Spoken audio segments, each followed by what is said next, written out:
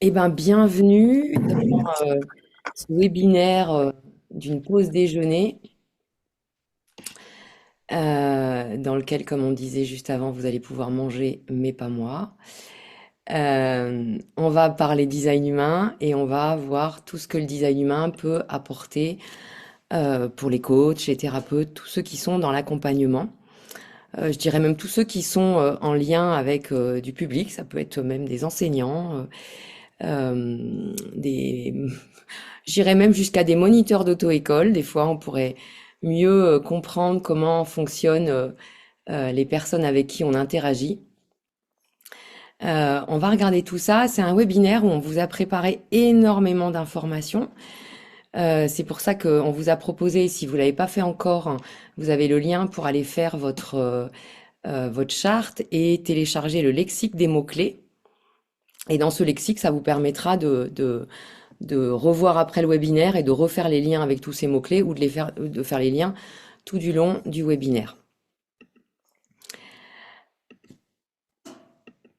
Alors, on est deux derrière, derrière cette préparation. On est deux derrière Atypically. Il y a moi. Certains, certaines me connaissent déjà. J'ai vu des noms que je connais. Moi, je suis dans le design humain depuis plus de 15 ans. Euh, j'ai eu un parcours assez long. Je me suis formée d'abord à l'École française du design humain. Je me suis formée aussi au niveau de designhumain.eu. Et puis, je suis partie, au final, me former en Autriche. J'utilise le design humain depuis très longtemps, tant dans les accompagnements individuels, dans les bilans de compétences, mais aussi de plus en plus dans l'accompagnement des comités de direction, des dynamiques d'équipe et pour des recrutements. C'est un endroit très très chouette d'utiliser le design humain dans les recrutements.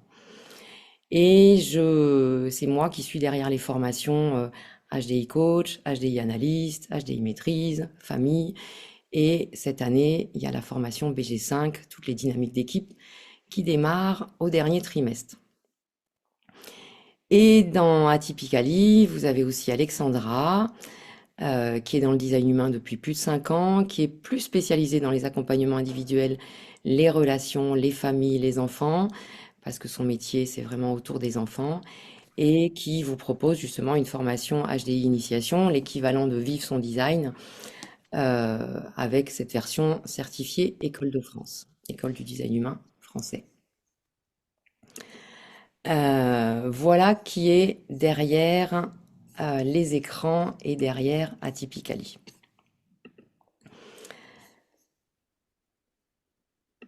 Hop.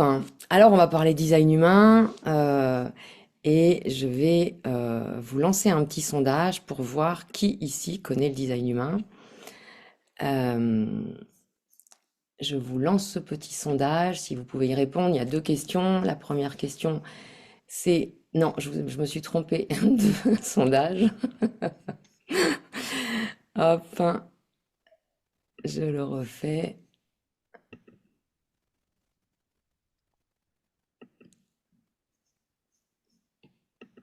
Et pourquoi il veut pas marcher? Est-ce que vous le voyez, le sondage?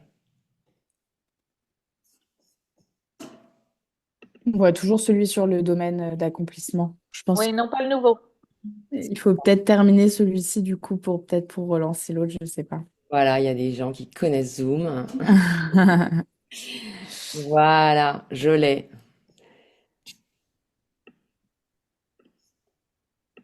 Comme ça, vous pouvez nous dire d'où vous venez et vous pouvez nous dire si vous connaissez déjà le design humain. Oui, pour l'instant, tout le monde connaît le design humain. Chouette. Ah, non, ça m'intéresse d'avoir des gens qui connaissent pas encore le design humain.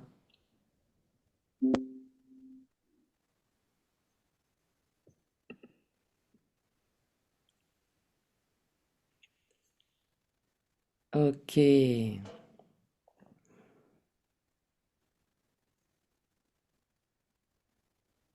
Eh ben, vous êtes 89% à connaître le design humain et 3% à ne pas le connaître.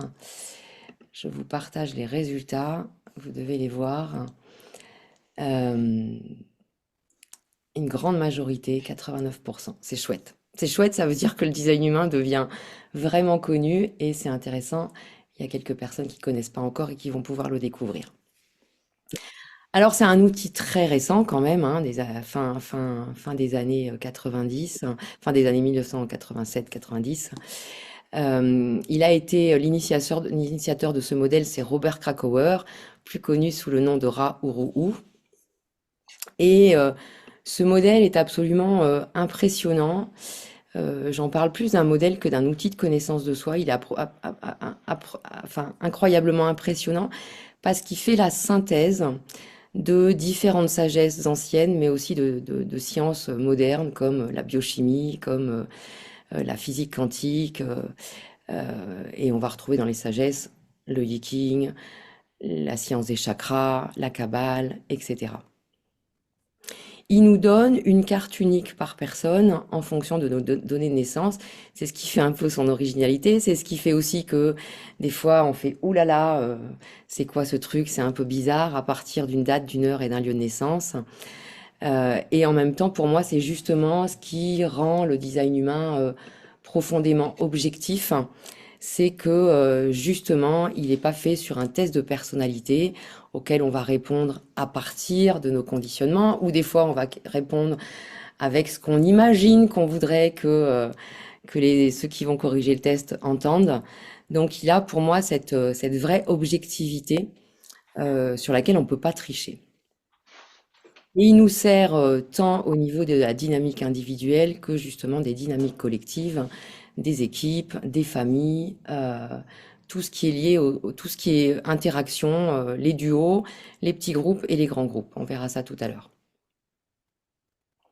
Alors pourquoi vous voyez HDI et pas HD avec moi? Même si là le titre c'est le design humain, c'est que moi j'y baigne depuis longtemps, c'est un langage qui est nouveau, c'est un langage qui des fois est assez spécifique, assez particulier, et je l'ai beaucoup mis en lien avec d'autres outils de connaissance de soi. Je suis une passionnée de la connaissance de soi, de la connaissance tout court, donc je l'ai mis en lien avec beaucoup d'autres modèles, beaucoup d'autres outils, donc c'est devenu un design humain intégratif. Alors, on va rentrer dans le vif du design humain. Si vous avez fait votre charte sur Internet, vous tombez généralement sur un schéma de ce type-là, avec quelques infos, très peu d'infos, le type, le profil, la définition, l'autorité intérieure. C'est les infos qu'on trouve systématiquement, mais vous allez pouvoir, de plus en plus d'ailleurs, le trouver sous cette forme-là, où vous avez beaucoup plus d'informations. Pas obligatoirement le schéma, vous n'allez pas le retrouver sous cette forme-là, mais vous retrouverez toutes ces informations supplémentaires qu'on va regarder aujourd'hui aussi, la détermination, la cognition, l'environnement, la motivation, etc. Tout ça, c'est ce que on va retrouver dans le design humain que je qualifierais d'holistique. On va beaucoup plus loin, on va aller chercher des informations à d'autres niveaux de profondeur. Donc on va aller décortiquer tout ça, un schéma qui en apparence est un peu ouh là là, mais j'y comprends rien, comment je fais pour lire ça? Bien entendu, c'est un webinaire, on va pas faire une formation de design humain, mais on va essayer de vulgariser un peu les mots-clés et de voir surtout tout ce qu'on peut trouver comme information dans ce schéma, dans cette carte, qui peut servir à partir du moment où vous faites de l'accompagnement. Ou pas, d'ailleurs. Donc, ici, on considère que vous faites de l'accompagnement ou que vous avez envie d'en faire et on va aller regarder qu'est-ce que le design humain peut nous donner comme information sur votre client, dans quel but, dans le but d'avoir un accompagnement qui est spécifique, qui est adapté à notre client, qui est adapté à ses besoins, qui est adapté à sa nature, à sa spécificité, pour justement faire un coaching très personnalisé et pas utiliser des méthodes de coaching qui ne vont pas à certaines personnes.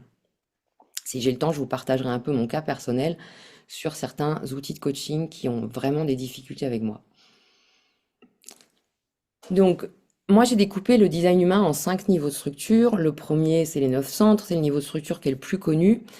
De la même manière qu'on a une structure physique profondément organisée, on a aussi une structure énergétique profondément organisée. On voit le lien entre les organes et les glandes endocriniennes avec justement notre structure énergétique et les 9 centres de cette structure. Quand on détaille un peu ces centres, on va pas les détailler, mais on va poser quelques mots-clés. Ils sont dans un ordre un peu spécifique qu'on voit en formation, c'est l'ordre du conditionnement. Dans le design humain, on parle du non-soi, du conditionnement, et ce non-soi, en fait, il a une organisation très structurée. Et quand on capte cette organisation du non-soi, on peut justement agir à la source. Et sinon, ça fait un espèce d'effet boule de neige, hein, d'un centre à l'autre, comme si le non-soi, il se passait l'info en disant, bon, bah, à toi d'envenimer, d'envenimer le drame. Et puis, il y a une vraie cohérence, en fait, dans cette structure du non-soi. Donc, on a le cœur égo. Je vais prendre mon crayon parce que j'aime bien, ceux qui me connaissent, qui sont en formation avec moi, vous savez que j'aime bien gribouiller. On a le cœur égo qui est ici, qui est un centre moteur. C'est le moteur de la volonté, le moteur de l'engagement, le moteur de l'ego.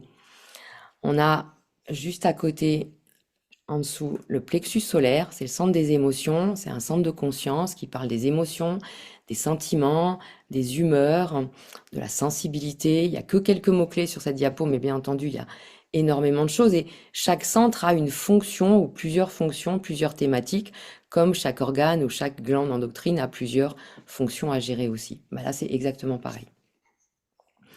On a le centre de l'identité qui est, si on voit bien, au cœur du schéma, c'est notre direction, notre identité, notre soi, avec un grand S, comme je dis, qui parle d'amour et qui parle de direction. On a en quatrième position le centre splénique, lui aussi un centre de conscience qui parle de notre santé, qui gère notre santé, qui est en lien avec nos instincts premiers justement au service de notre survie, au service de notre bien-être, de notre santé, et aussi le développement de notre intuition. On a ensuite le centre de l'ajna, troisième centre de conscience, et c'est toujours intéressant d'aller voir ce beau triangle avec justement notre soi au centre de ce triangle de nos trois centres de conscience. L'ajna, lui, c'est celui qui s'occupe de la conceptualisation. Il récupère les informations de notre inspiration, du centre tête, et il organise toutes ces données, il conceptualise, il analyse, il recherche pour que tout ça soit communicable au niveau de la gorge, qui est le dernier centre dans le thème du non-soi. Donc avant, on a le centre racine, centre de pression, tout comme la tête. Ça veut dire qu'on est quelque part toutes et tous dans une espèce de cocotte minute pressurisée qui nous pousse quelque part à bouger, à changer, à évoluer au niveau de la racine, mais qui nous pousse aussi à changer notre manière de penser, de réfléchir, à aller chercher de l'inspiration pour justement changer nos paradigmes. On a enfin le centre sacral qui est un moteur, comme je dis souvent, le fournisseur officiel d'énergie vitale. C'est vraiment la pile Duracell, voire le moteur à énergie libre qui est capable de régénérer de l'énergie. Et comme je vous disais, tout ça finit à la gorge. La gorge, c'est le point final.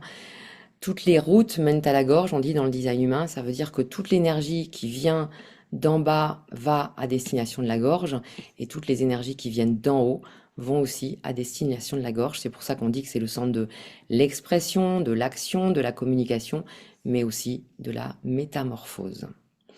Donc c'est la manière dont notre énergie circule à l'intérieur de nos centres. Et ces centres, quand on, euh, quand on regarde un schéma, c'est un exemple de schéma, on va voir qu'il y a des centres qui sont coloriés, on les appelle des centres définis, ça veut dire que c'est des fonctions qui sont fiables, qui sont consistantes, des thématiques fiables dans notre schéma. Et on a des centres blancs qu'on appelle des centres ouverts, qui sont des centres, j'aime bien les voir comme des boules à facettes, parce qu'ils sont profondément empathiques. Ils captent et ils amplifient l'énergie extérieure, et c'est grâce à l'interaction avec les autres qu'on va apprendre les choses au niveau de ces centres-là. Mais, comme je dis toujours, le but du jeu n'est pas de remplir ces centres et de les avoir définis, sinon on deviendrait tous identiques, et il n'y aurait plus du tout de fun dans la vie si on était tous les mêmes. Au contraire, ces centres ont aussi une valeur. Ils sont souvent perçus comme du non-soi. Moi, j'aime bien les regarder comme autre chose que simplement du non-soi. C'est ces boules à multifacettes qui ont une capacité justement à capter les énergies de tous les gens avec qui on interagit pour justement acquérir une sagesse profonde. Donc, on a déjà ces points d'appui qui vont être soit nos points d'appui, soit nos difficultés. D'ailleurs, le non-soi n'existe pas que dans les centres blancs ou verts, il existe partout. Et en fonction justement de comment les centres sont organisés entre eux, ça va définir justement notre type énergétique. Il existe 4 types dans le design humain, les générateurs, on est 70% de générateurs, je dis on parce que j'en suis un, les manifesteurs, les projecteurs et les réflecteurs. Et ça, c'est très facile aujourd'hui de trouver beaucoup d'informations sur la toile. Notre type énergétique, il va donner des informations sur justement notre vocation, notre rôle, parce que en fonction de comment fonctionne notre énergie. Il y a des types qui sont là pour fournir de l'énergie, comme les générateurs. Il y en a d'autres qui sont là pour guider cette énergie, comme les projecteurs. Bref, chacun a une vocation, un rôle spécifique en fonction de l'organisation de son énergie. Et en fonction de ce rôle qu'on va avoir, on va avoir des stratégies d'interaction spécifiques, c'est-à-dire comment utiliser au mieux mon énergie pour faciliter mes relations, pour faciliter mes interactions, pour faciliter mes expériences. Et on va avoir deux infos qui sont aussi très connues, le thème du non-soi et la signature qu'on ne voit pas là. Le thème du non-soi, c'est un peu le voyant rouge qui dit hop, hop, hop, tu t'es pas bien utilisé, t'as pas respecté ta nature énergétique. Et la signature, c'est plutôt justement le voyant vert qui dit c'est bon, c'est comme ça qu'il faut rouler. Et moi, j'aime bien voir la signature comme c'est ok, je signe si et seulement si, je signe à la fin du contrat si et seulement si, je sais que je vais vivre ce type d'émotion. Donc c'est vraiment des deux points clés qui nous guident, qui nous donnent vraiment des indicateurs pour nous dire c'est bon, je suis aligné ou je suis pas aligné. En fonction de nos centres, on va trouver aussi ce qu'on appelle l'autorité intérieure. Ça, je pense que nombreux sont ceux qui connaissent aussi ce terme. L'autorité intérieure, c'est quels sont les points d'appui à l'intérieur de moi qui vont diriger mes choix, même qui doivent diriger mes choix quand j'ai des décisions à prendre. Et enfin, on a la définition. La définition, c'est comment mes forces de vie, c'est-à-dire tous mes canaux, sont organisés entre eux. Et les définitions vont nous donner vraiment des besoins spécifiques qu'on a en termes d'interaction. On va y retrouver les définitions simples, des gens qui ont toute leur énergie connectée, toute leur force vitale connectée. Les définitions doubles, c'est-à-dire notre énergie, elle est en deux définitions, deux forces de vie différentes, triple et quadruple, etc. Et en fonction de ces définitions, ça va vraiment nous dire, voilà, ton besoin spécifique pour mieux interagir dans la vie, c'est celui-ci, donc va nourrir ce besoin.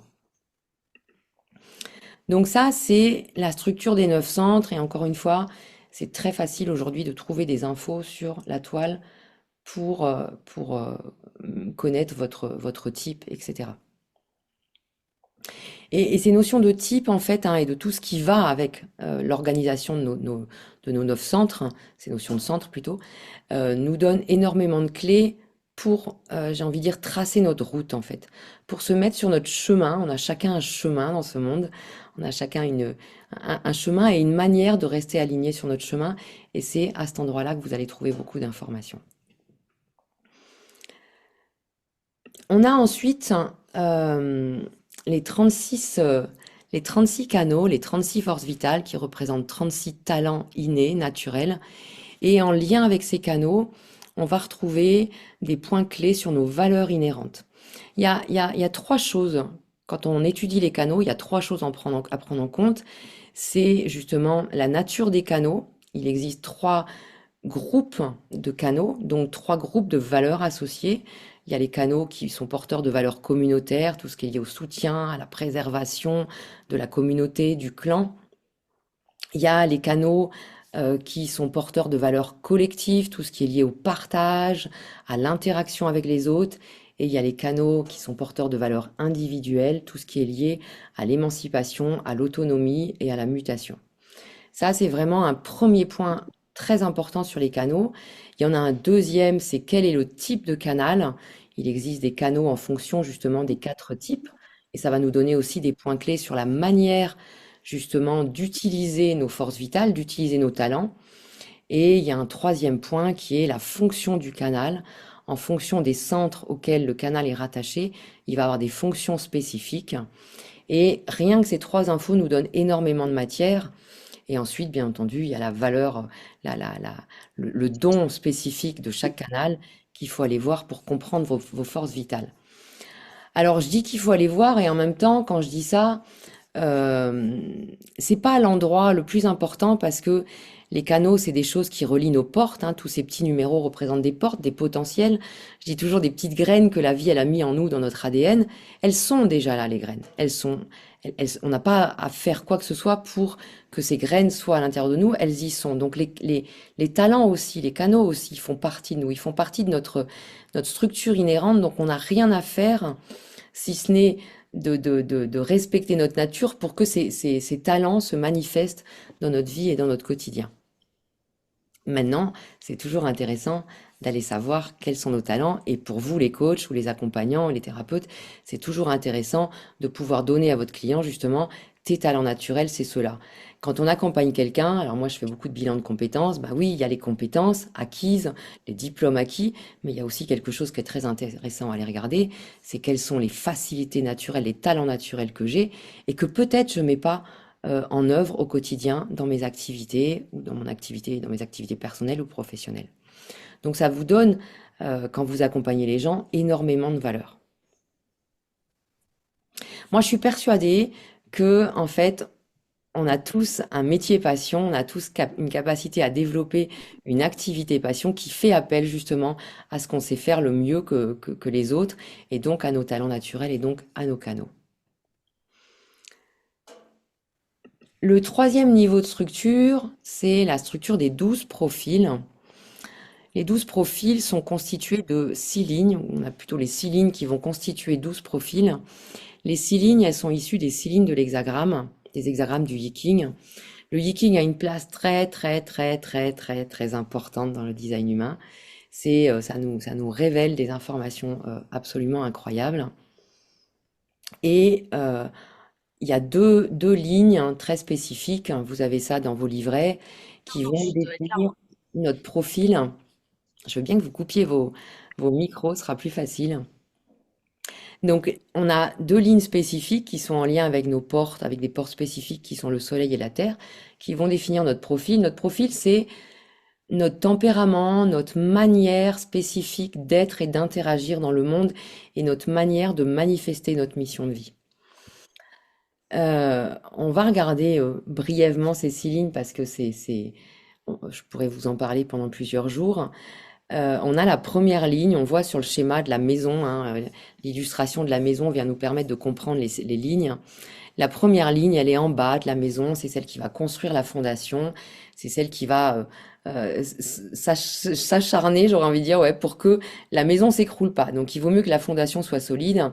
C'est la ligne de l'investigateur qui va aller décortiquer, rechercher, qui aime les détails, qui aime aller chercher de l'info pour pouvoir justement avoir toutes les infos qui vont permettre de construire une fondation solide et surtout de construire sa fondation solide. La ligne 1, elle a ce besoin très spécifique de construire une solidité intérieure, de construire une sécurité intérieure. La ligne 2, on l'appelle la ligne de l'ermite. La ligne 2, c'est le talent naturel, c'est euh, alors le lien avec l'ermite, il y aurait plusieurs mots-clés à faire, mais la ligne 2, imaginez-la, elle est toute nue dans sa maison en train de danser. Ce qu'elle se rend pas compte, c'est que tout le monde la voit par la fenêtre, et c'est pour ça qu'elle a qu'une envie, c'est d'aller se planquer et de faire l'ermite quand elle s'en rend compte.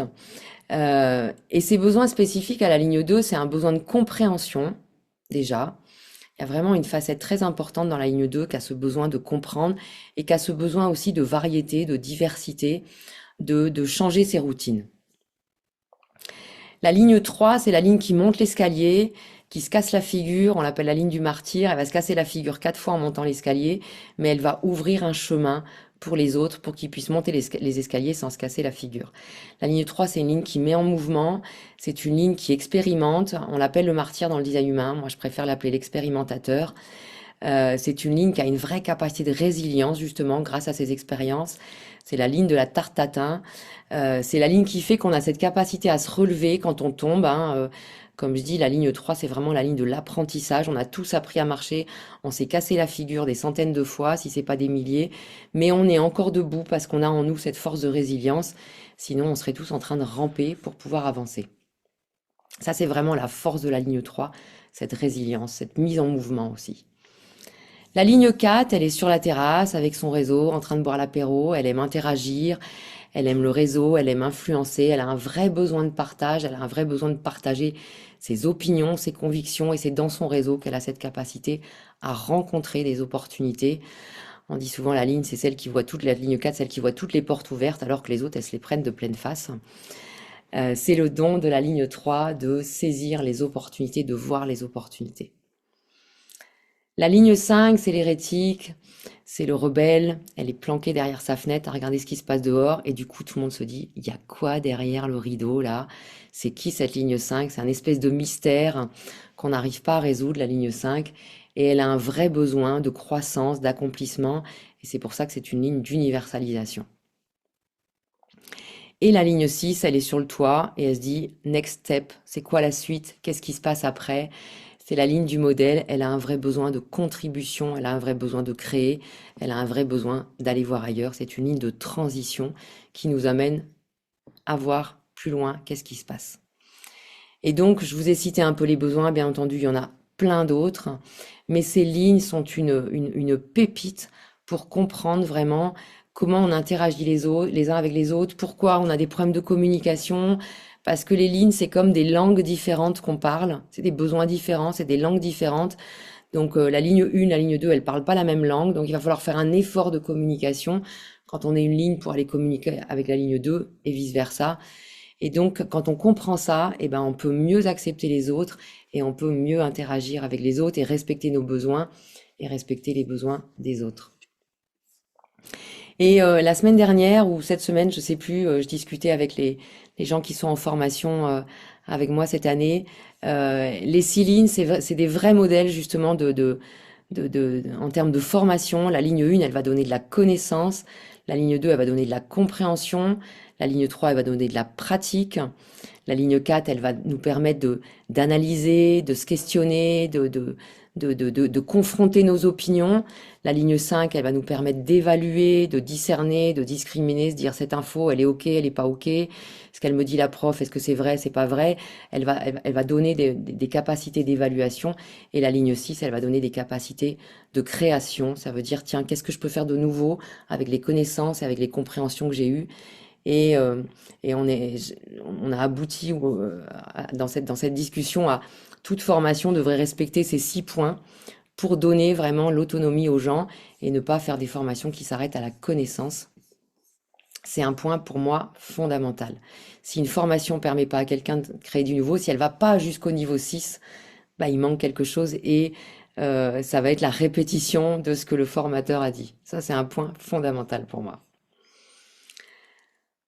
On passe ensuite au quartier. Ceux qui me connaissent savent que c'est mon endroit préféré, ma thématique préférée dans le design humain. Les 4 quartiers et les 16 archétypes qui vont nous donner beaucoup d'informations pour nos clients sur quelle est leur vocation, quelles sont leurs aspirations profondes, leurs forces archétypales, leurs valeurs profondes et aussi quels sont les enjeux qu'ils ont dans le développement de leur mission de vie. Dans le design humain, dans les schémas, on voit un endroit qu'on appelle la croix d'incarnation. La croix d'incarnation, c'est la mission de vie qui s'appuie justement sur ce mandala et sur ces 4 quartiers. Et en fonction de notre quartier, on va avoir une mission spécifique.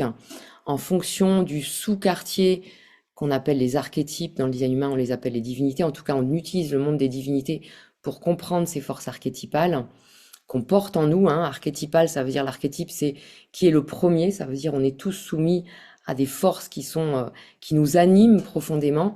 Et c'est fondamental de comprendre quelles sont les forces qui nous soutiennent.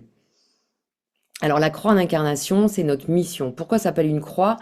Parce que notre mission de vie dans le design humain, elle prend en considération 4 portes. Les 4 portes, si je vais revenir sur ce schéma-là.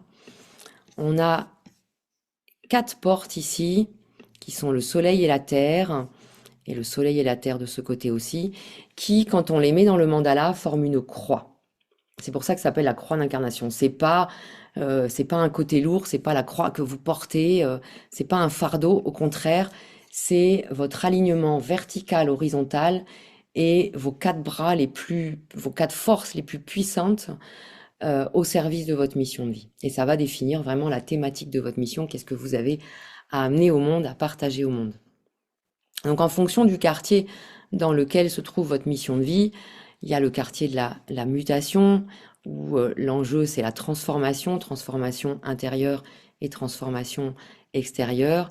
Il y a le quartier des relations, qu'on appelle le quartier de la dualité, où tout va être histoire de relations, d'intimité, d'interaction. Il y a le quartier de la civilisation dans lequel on est là pour construire. On est très en lien avec la structure du corps physique, mais aussi la structure matérielle. Notre terre est une structure physique qui nous accueille. Et le quartier du mental, le quartier de l'initiation, dans lequel on va s'accomplir au niveau de notre potentiel de conceptualisation, de réflexion, de connaissance. On va les voir un petit peu plus en détail quand on va aller voir votre spécificité. C'est pour ça que je vous avais dit, regardez votre archétype et votre quartier. On va en discuter plus en détail juste après. Mais c'est un point fondamental pour guider les gens.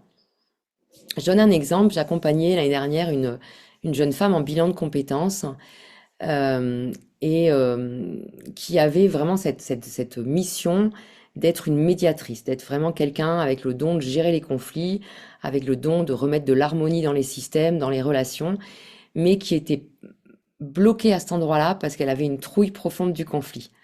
Et donc pour elle, elle était tellement tétanisée avec sa peur du conflit qu'elle était incapable d'imaginer cette mission-là. Et sans le design humain, j'aurais jamais été capable de la guider au niveau de cette mission-là, de lui donner de la clarté à cet endroit-là, parce que justement, il y avait cette peur du conflit qui l'a tétanisée. Donc c'est l'endroit aussi, pour moi, où le design humain, il apporte quelque chose de très spécifique, de pouvoir voir avec notre client des points que le client n'est pas capable d'imaginer, que n'est pas capable de projeter, parce qu'il y a d'autres choses qui le bloquent. Euh, Notre mission est innée, notre mission est naturelle, on est vraiment construit pour ça, mais on a parfois des peurs, des traumatismes ou des patterns qu'on a mis en place qui nous empêchent d'aller vers cette mission. Et donc, on a besoin de la nommer. Alors souvent, hein, je dis que le design humain, il donne rien de nouveau aux gens, on leur apporte rien de nouveau puisque tout est dans leur ADN à l'intérieur d'eux. Mais nous, quand on vient accompagner quelqu'un avec le design humain, on vient lui donner la légitimité de qui il est. On vient le valider en disant, bah oui, ce que tu ressens, au plus profond de toi, ce que tu vois, ce que tu vis, c'est OK en fait. T'as le droit.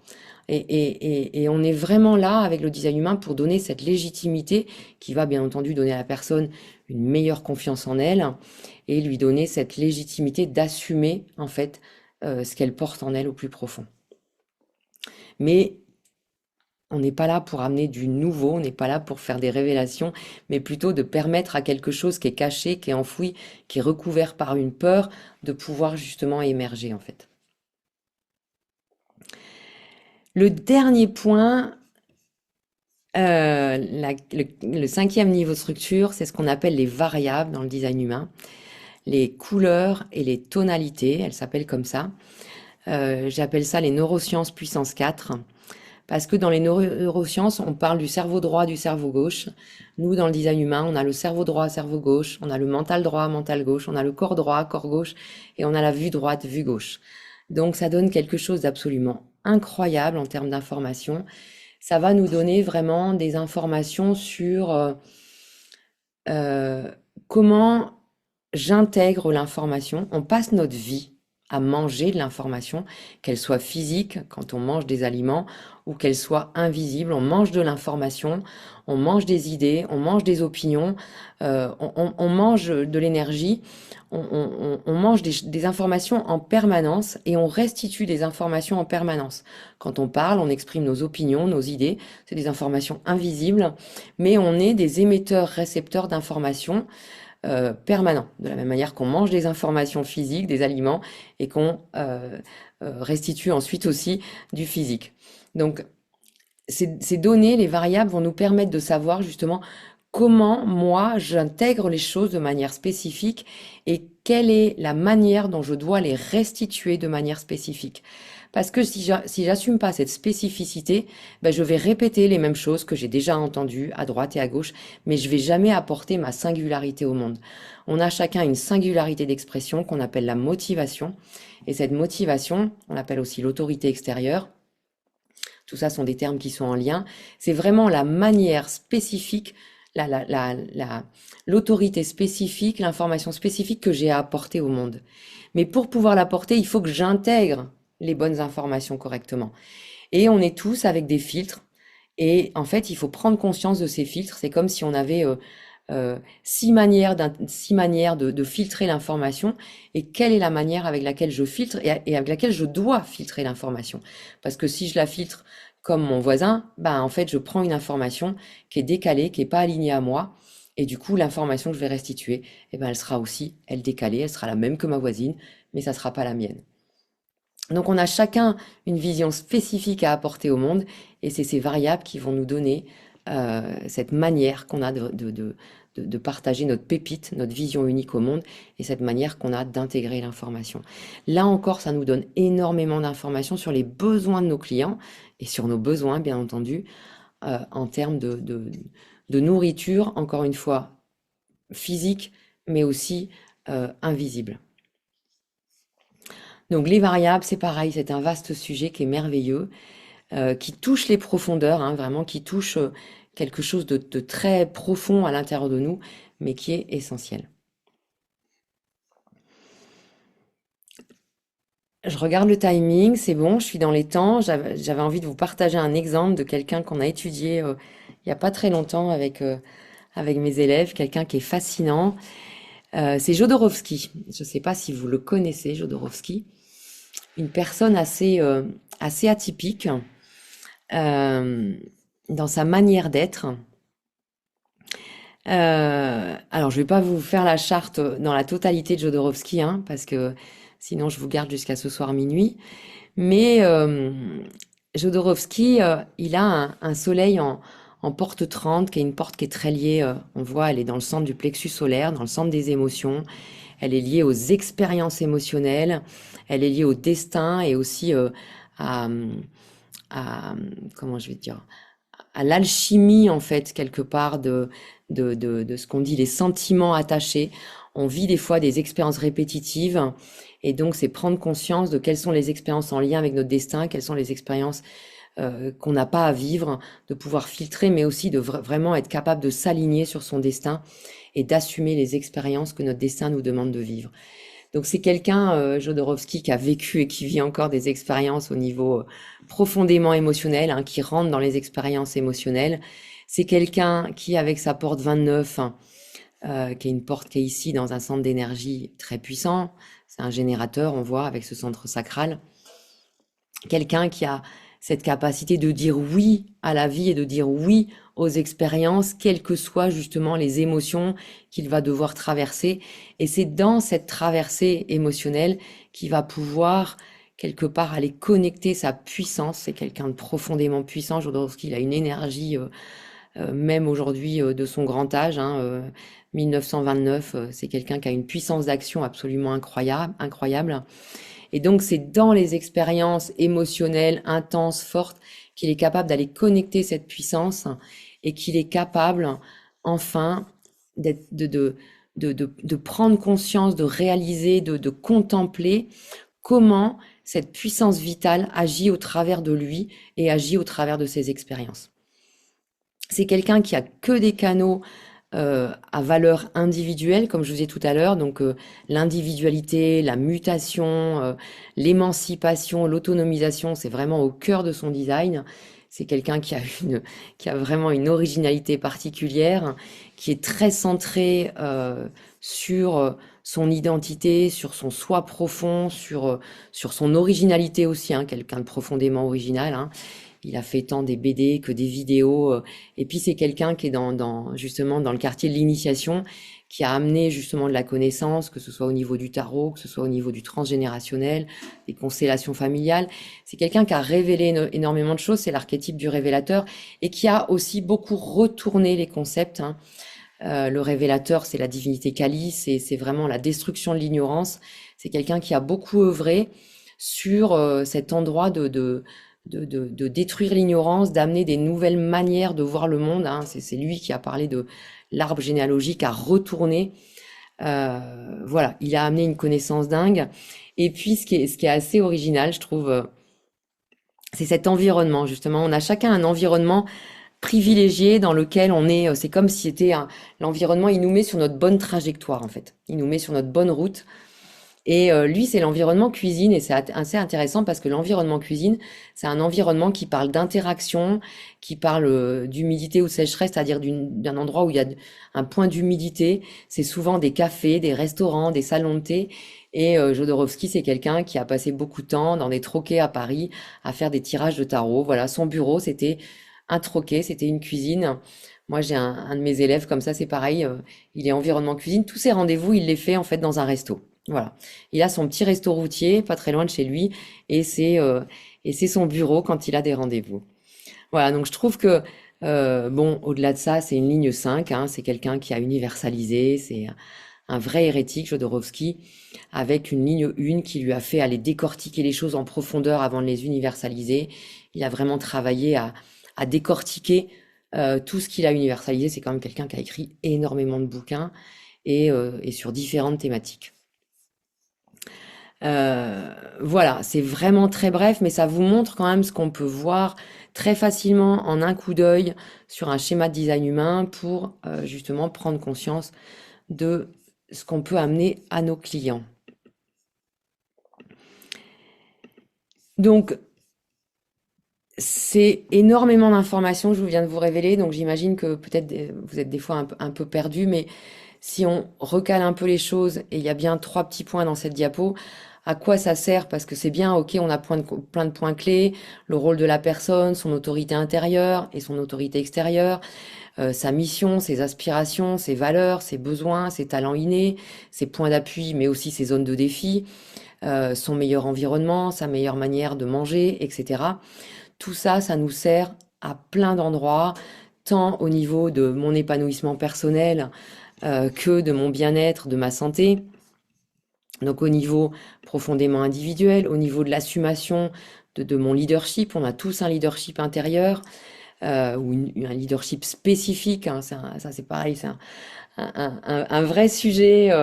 Le leadership n'est pas qu'à un endroit, il y a vraiment plein d'endroits dans le design humain où on peut voir nos zones de leadership. Ça nous aide dans nos relations, hein, prendre conscience de nos besoins, prendre conscience de nos valeurs. Hier, je me disais, on est dans un monde où on est en permanence dans des conflits de valeurs. Quand on prend conscience que peut-être mon voisin, il n'a pas les mêmes valeurs que moi, mais c'est OK parce qu'en fait, il est très communautaire et moi, je suis très collective ou très individuelle, bah, on a des valeurs différentes, mais plutôt que de se faire la guerre, eh ben, en fait, on peut se dire que on peut aller chercher de la complémentarité et arrêter les conflits de valeurs dans notre monde. Ça sert aussi du coup à améliorer notre communication. Comme je vous disais, par exemple, les lignes vont nous donner énormément d'informations sur notre manière de communiquer.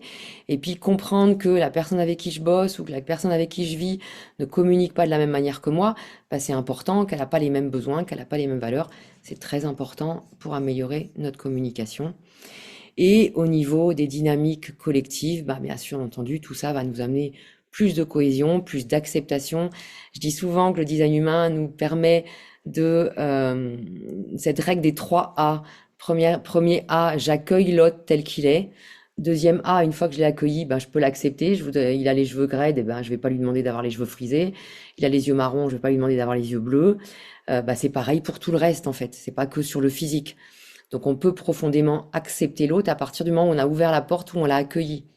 Et une fois qu'on l'a accepté, bah, on arrête de vouloir le changer et on peut enfin l'aimer tel qu'il est. Et ces trois A, ils ont une continuité et c'est valable pour l'autre, mais c'est valable pour chacun de soi. Ça veut dire le design humain, il permet de dire, ah bah tiens, j'accueille, je découvre un peu la bestiole que je suis, et puis du coup, bah, j'accepte ou j'accepte pas les parties de moi, mais tant que je les accepte pas, je peux pas m'aimer. Et donc, pour moi, le design humain est vraiment un outil d'amour, un outil de déploiement de l'amour, tant l'amour de soi que de l'amour dans le monde, et donc de cohésion. À partir du moment où on s'aime et qu'on aime les autres, on peut créer de la cohésion, on peut améliorer les dynamiques d'équipe, et comme je vous disais, on peut aussi, euh, je vais dire, pas améliorer, mais on peut, euh, dans les recrutements, mettre en adéquation le poste avec la raison d'être, le projet de vie de la personne et avec ses talents. Et là, c'est vraiment juste incroyable le design humain dans les recrutements. Mais je ne vais pas m'éparpiller là, sinon je vais vous garder trop longtemps.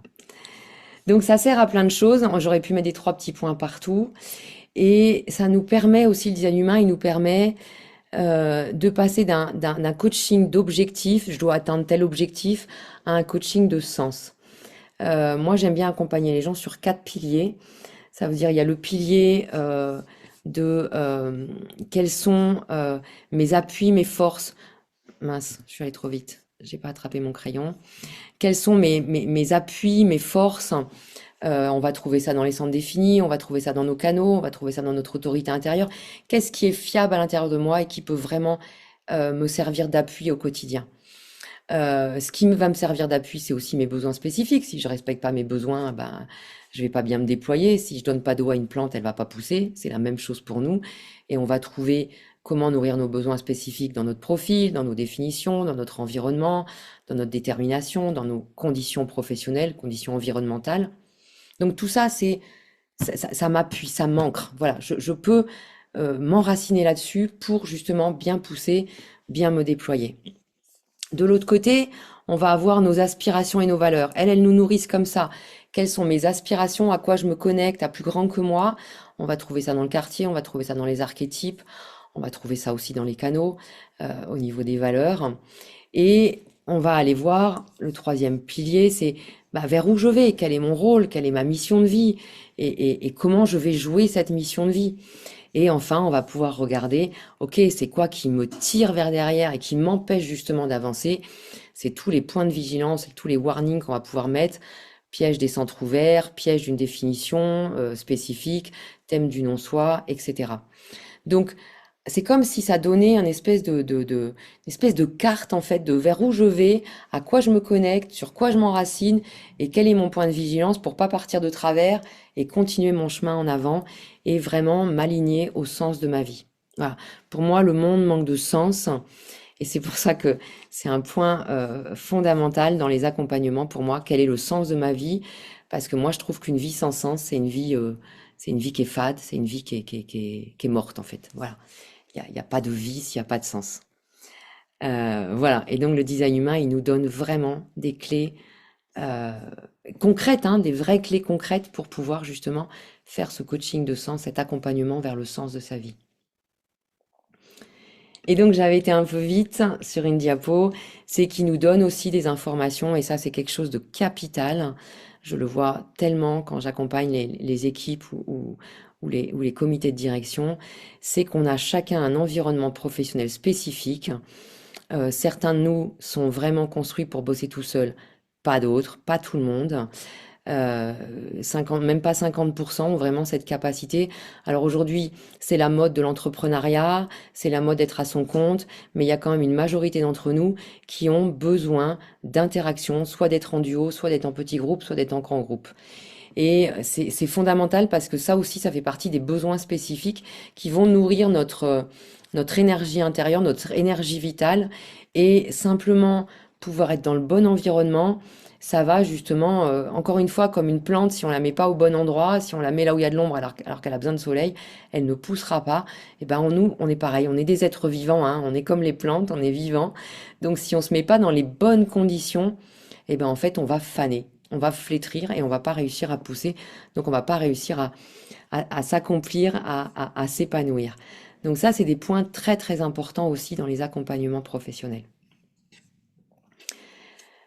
Voilà pour tout ce qu'on peut, enfin tout, une partie de ce qu'on peut apporter grâce au design humain. Il y aurait encore tellement à vous dire. Le deuxième point que je voulais vous emmener, c'est la relation avec votre client. C'est très intéressant quand on regarde, quand on accompagne quelqu'un, de se dire, OK, ben, c'est important de bien se connaître soi-même, c'est important de bien connaître notre client pour l'accompagner de la manière la plus spécifique qui lui correspond, qui répond à ses besoins, qui répond à ses spécificités, à ses valeurs. Mais c'est important aussi de se dire, bah tiens, qu'est-ce qui se passe dans cette relation quand je suis avec mon client? Qu'est-ce qui se passe chez lui? Euh, Ça, on le voit aussi beaucoup dans les dynamiques d'équipe. Il y a des équipes qui n'arrivent pas à avancer toutes seules et dès qu'on est là, on apporte des talents spécifiques, on apporte des forces vitales spécifiques qui font que l'équipe, elle va booster. Et puis dès qu'on est parti, ça booste plus. On se dit, bah tiens, qu'est-ce qui s'est passé quand le coach, il est plus là? tout est à l'arrêt. Bah oui, parce que le coach, il apporte des, des, des, des forces de vie très spécifiques qui manquent dans l'équipe. Et ça, il faut en avoir conscience aussi dans un accompagnement, tant au niveau justement des dynamiques d'équipe que au niveau du duo coach-client. Donc, je vais pas vous faire un détail de, euh, de ce schéma parce que je veux vous laisser de la place aussi pour les questions. Mais il y a un point très intéressant, c'est celui-ci, par exemple, dans le design humain, dans les relations, on appelle ça des électromagnétiques. Ça veut dire là, le coach, il a cette porte 56, on la voit ici, et puis le client, il a cette porte 11, on la voit ici.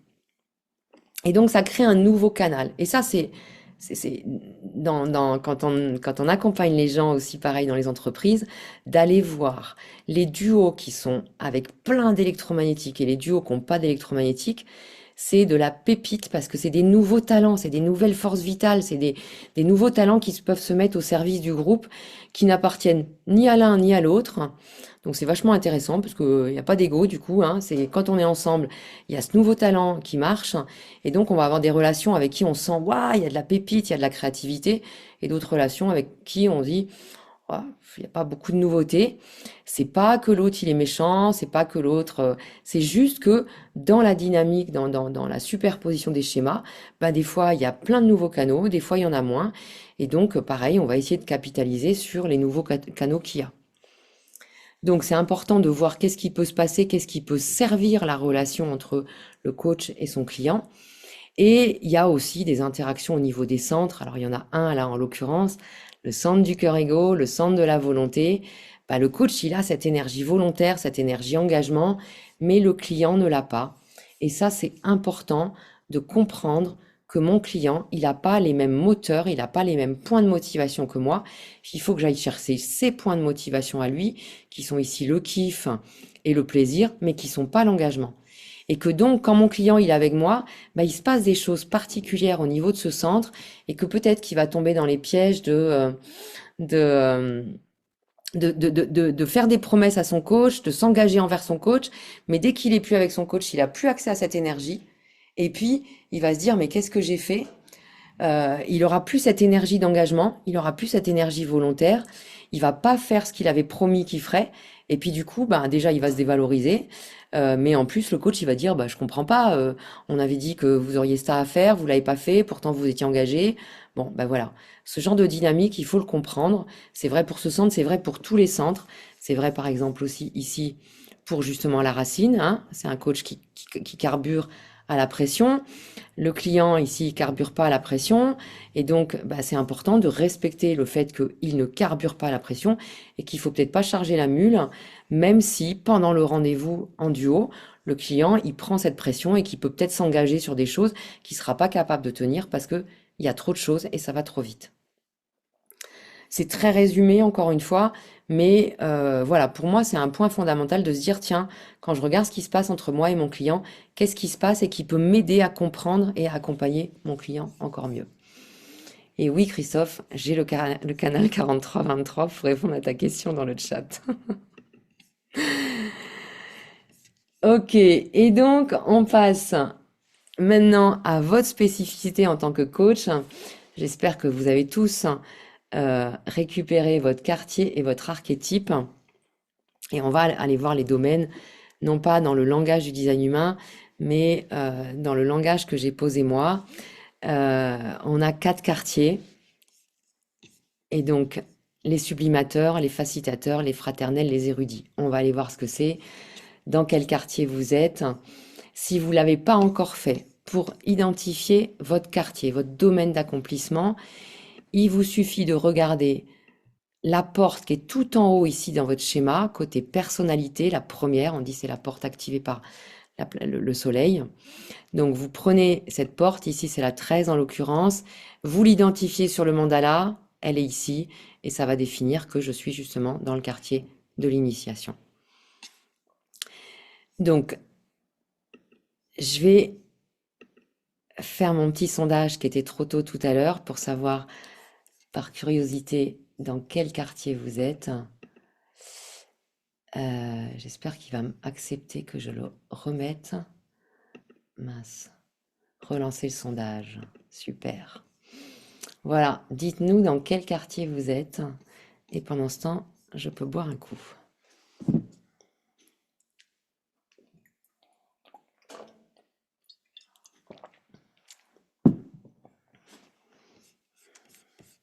Super intéressant. On a beaucoup d'érudits. C'est pas évident, c'est pas étonnant quand la curiosité du design humain. 46%. Alors, hop, je vous partage les résultats. 46% d'érudits. J'aurais pu les appeler les éclaireurs, ça leur va très bien aussi. 25% de fraternels dans le quartier de la civilisation, 13% de facilitateurs dans le quartier de la dualité et 17% de sublimateurs dans le quartier de la mutation. Super. Alors allons voir ce que ça veut dire tout ça et qu'est-ce que ça peut vous apporter en termes de spécificité. Ah ouais, est-ce que le sondage, j'ai enlevé le partage, c'est bon? Vous le voyez plus? Je continue. Donc, qu'est-ce que ça va nous apporter? Sur cette diapo, je vous ai rajouté un élément qui est le plan de conscience. Dans le quartier de l'initiation, les érudits, les éclaireurs, le plan de conscience, c'est le mental. C'est-à-dire qu'on va utiliser notre mental, nous, pour conceptualiser, pour rechercher de l'information, pour éveiller à des changements de paradigme, pour amener de la connaissance, pour enseigner, pour transmettre, pour aussi amener de l'innovation. Initier à plusieurs facettes, hein. Il y a vraiment initier dans le sens de démarrer, mais il y a initier dans le sens aussi d'apporter une connaissance initiatique ou une connaissance qui va permettre d'initier un changement de paradigme. Les fraternels, votre plan de conscience, c'est le corps physique, mais c'est aussi, comme je dis tout à l'heure, la terre, la matérialité, tout ce qui nous permet d'avoir une structure, de construire, d'implémenter, de pérenniser les choses. C'est pour ça que les fraternels, on va beaucoup les retrouver dans la santé, mais pas que. Les facilitateurs, votre plan de conscience, c'est l'émotionnel. Donc vous allez pouvoir utiliser vos ressentis. Ici, le but du jeu, c'est l'accomplissement, la coopération, la co-création et profondément la continuité de l'humanité. Parce que si on n'est pas capable de co-créer, de coopérer, eh bien, en fait, notre humanité va s'écrouler d'elle-même. Et le dernier quartier, les sublimateurs, votre plan de conscience, c'est le plan de conscience spirituel. Vous allez pouvoir amener de la transformation, de la sublimation et aussi une transmission, une forme de transmission. Qu'est-ce que ça nous dit vraiment? Alors encore une fois, ce que je vais vous dire, c'est des généralités, parce qu'après, tout va dépendre de votre archétype qui va venir affiner les choses, et tout va dépendre de la porte qui est activée par votre soleil, qui va encore affiner des choses, et de votre croix d'incarnation qui va encore affiner des choses. Mais c'est les grandes lignes. Donc les érudits, vous allez avoir un coaching plutôt, j'aurais envie de dire, qui va amener des concepts, qui va amener des changements de croyances, qui va amener de la transformation. C'est un coaching transformateur, comme le coaching des sublimateurs, mais avec un côté un peu plus percutant. Le but du jeu, c'est de révéler à l'autre qui il est, de lui révéler son soi, sa vocation, son chemin, qu'est-ce qu'il a à amener au monde, et de lui amener des concepts, de l'éclairer grâce aux concepts, grâce à la connaissance, grâce au changement de paradigme. C'est vraiment aider l'autre à se révéler. Chez les érudits, on est dans l'élément feu. Qu'est-ce qui fait le feu? Il purifie, il démarre sur un nouveau terrain qui a été purifié pour pouvoir justement repartir sur du nouveau. Donc on va amener un éclairage, une transformation, j'aurais envie de dire par la purification à nos clients. C'est comme ça qu'on va beaucoup plus travailler. On va les reconnecter aussi à leurs rêves, à leurs buts. On va les reconnecter aussi à oser être soi, à se transformer et à assumer quelque chose en soi. On va les éveiller en fait. On va les réveiller, les éveiller. Et j'aurais envie de dire, on va rallumer le feu de la vie. Hein, pareil, on va remettre l'élément feu, on va rallumer le feu à l'intérieur d'eux pour pouvoir justement les propulser à oser qui ils sont. Ça, c'est beaucoup ce qu'on va trouver chez les érudits. Et grâce à notre connaissance, grâce à ce qu'on va aller chercher, et grâce à ce qu'on aura rallumé chez nous aussi. Les fraternels, vous allez, ouais, ça vous parle, c'est chouette. Ouais, c'est sympa. Mettez en commentaire. J'arrive à suivre le chat tous en suivant mon diaporama. Mettez en commentaire si ça vous parle. Encore une fois, ça a besoin d'être affiné. Et donc, il y a un groupe WhatsApp qui a été créé. Vous avez reçu le lien. Il va durer ce groupe WhatsApp. On va continuer à interagir dedans. Je répondrai à vos questions. Donc, si vous nous avez pas rejoint, bah, c'est le moment de nous rejoindre parce qu'en fait, il va continuer et je répondrai à toutes vos questions parce que si vous le saviez pas, bah, en tout cas, les quartiers, c'est mon kiff et donc je me régale à creuser, à continuer mes recherches dans ces quartiers parce qu'il y a encore plein d'infos à apporter dans. Alors je vous ai pas parlé au tout début, mais j'ai écrit un bouquin sur ces 4 quartiers, hein. Donc il y a 160 pages sur les quartiers et j'ai dû enlever la moitié du livre, donc il y aura une suite un jour, hein, puisque j'ai pas pu tout mettre puisque j'étais limitée dans mon nombre de pages. Voilà. Donc les fraternelles. Les fraternelles, vous êtes sur la structure physique, vous êtes beaucoup plus connecté justement à amener les gens à se construire ou à se reconstruire, à aller chercher une forme de sécurité intérieure, de stabilité intérieure, de bien-être physique, de bien-être tout court, même j'aurais envie de dire. Il y a vraiment cet endroit d'aider les gens à se construire et à se pérenniser, d'aller connecter leurs besoins, d'aller connecter leurs valeurs, de les soutenir dans la traversée des moments difficiles, dans la traversée des épreuves, dans la traversée de l'obscurité. Vous êtes des soutiens profonds et vous allez vraiment plus travailler sur un coaching justement de soutien, de construire la solidité, de les amener j'aurais envie de dire, à se tenir droit, à se tenir debout, à se faire confiance, à construire leur structure intérieure, à construire leurs appuis et à pouvoir ensuite se déployer dans la relation, de pouvoir ensuite aller vers les facilitateurs. Donc on va travailler sur la confiance en soi, on va travailler sur les besoins, on va travailler sur les valeurs, on va faire tout ça pour que les gens soient bien dans leur corps, bien dans leur peau, bien dans leurs valeurs. Ça, c'est beaucoup ce qu'on va retrouver chez les fraternels. Comment aider les gens à se construire et se reconstruire, hein. J'insiste sur ce point de se reconstruire. Des fois, il y a des gens qui vivent des épreuves, il faut qu'ils se relèvent en fait. Il y a un endroit où vous allez les aider à se relever, vous allez les aider à implémenter leurs rêves, à pérenniser leurs rêves et à pérenniser qui ils sont en fait. Comment ça résonne chez les fraternels? Je regarde le chat pour voir. Ouais, le bien-être, hein, les fraternels, hein, les fraternels, vous êtes là pour construire nos institutions. Mais nos institutions, c'est nos structures collectives, mais c'est aussi la planète Terre, c'est aussi notre corps physique, tout ce qui nous permet de relationner les uns avec les autres. Et on peut pas aller dans le quartier suivant, dans le quartier des relations, si on n'a pas déjà construit notre structure. Sinon, bah, on va se faire bouffer, en fait, hein. On va se faire bouffer, on va se perdre dans l'autre, hein. Et c'est ça que vous allez faire, vous, les facilitateurs. Alors, autant les fraternels, vous allez aussi utiliser votre structure intérieure, ce que vous avez traversé dans votre vie, les endroits où vous avez rencontré des épreuves et où vous vous êtes retourné, où vous vous êtes reconstruit. C'est votre expérience aussi que vous allez apporter à vos clients.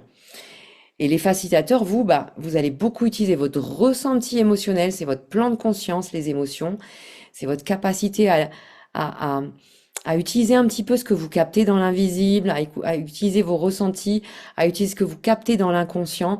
Et c'est comme ça que vous allez pouvoir accompagner vos clients à aller assumer aussi leurs propres émotions. Vous allez leur permettre justement d'aller connecter là encore des besoins, mais aussi d'aller regarder quels sont les patterns relationnels sur lesquels ils sont construits. Est-ce qu'il y a des patterns à changer? Est-ce qu'il y a des legs familiaux, des legs parentaux qui empêchent leur relation, qui les empêchent de s'accomplir dans la relation, dans la famille, dans l'équipe? Quels sont aussi les, les legs du transgénérationnel, j'aurais envie de dire? Quels sont les impacts du transgénérationnel? Qu'est-ce que je porte qui m'appartient pas et qui fait que mes relations sont compliquées, que mes émotions sont compliquées? Quelles sont les émotions qui sont les miennes, qui sont pas les miennes? Vous allez les accompagner sur justement aller connecter leur monde émotionnel et vous allez utiliser vos ressentis pour pouvoir justement les accompagner, pour pouvoir les aider à s'accomplir, pour pouvoir les aider j'ai envie de dire, là, c'est comme si on était à la troisième phase, si on est une plante, là, on est en train de fleurir, on est en train de s'expandre.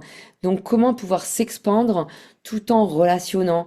Vous allez aussi beaucoup travailler sur l'effet miroir, comment vous pouvez être un miroir d'eux-mêmes et les aider dans cet effet miroir et vraiment créer dans leur monde de l'harmonie relationnelle. Vous allez être un reflet pour eux et vous allez les faire travailler sur ce reflet, sur justement les bons patterns sur lesquels ils doivent s'appuyer par rapport à leur design humain et non pas par rapport à leurs legs parentaux, familiaux ou transgénérationnels. Vous allez vraiment les aider à ces endroits-là. Et franchement, les facilitateurs, allez connecter vos ressentis. Vous avez des vraies capacités de voir ce qui se passe au niveau de l'invisible, hein. Allez connecter votre centre de conscience émotionnelle, même s'il n'est pas défini. Dites-vous bien, j'ai pas précisé tout à l'heure, mais c'est vachement important, un centre blanc non défini dans le design humain n'est pas un centre qui est vide, n'est pas un centre qui est mort, n'est pas un centre qui est éteint. C'est un centre qui a une énergie fluctuante, mais qui fonctionne. Vous avez aussi, si ce centre est blanc, de la conscience au niveau émotionnel. On est dans cette mutation, là, 2020-2027 du centre émotionnel. Et donc, c'est là maintenant qu'il faut tous aller, et pas que les facilitateurs, mais tous aller chercher justement cette conscience grâce aux émotions, grâce à vos humeurs, grâce à vos sentiments, grâce à vos perceptions. Voilà, et les facilitateurs, c'est naturel chez vous. Est-ce que vous vous reconnaissez là-dedans, les facilitateurs, dans cette capacité justement à accompagner par le plan de conscience émotionnelle?